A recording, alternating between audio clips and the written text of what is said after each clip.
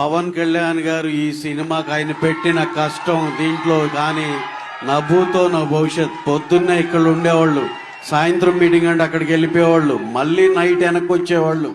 అసలు ఆయనకు పడిన కష్టం కానీ ఇది కానీ sir, hats off to you sir.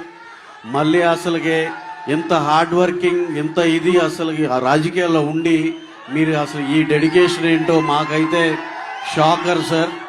ఖుషీలో చూసిన పవన్ కళ్యాణ్ గారిని, అలాగే టెక్నికల్ గా ఇప్పుడు 26 లో ఈ సినిమా వస్తున్నా సరే, మొన్నే లాస్ట్ ఇయరే ఖుషి రిలీజ్ అయిందిరా, తర్వాత పవన్ కళ్యాణ్ గారి సినిమా వచ్చిందిరా అనేదట్టు మీరు లోపలికి వెళ్ళొచ్చు. ఎక్స్ట్రాడినరీ సినిమా అండి. చాలా చాలా కళ్యాణ్ గారు అయితే అసలుకి లడ్డు లాగా ఉన్నారు. ఎంత అందంగా ఉన్నారంటే అంత ఇది ఉన్నారు. ఆ కథ కానీ దాంట్లో ఇంకా లాస్ట్ అండ్ ఫైనల్ గా నేను నా ఎగ్జైట్మెంట్లు ఇంకేమేమి చెప్పేస్తానని కంగారుగా ఉంది.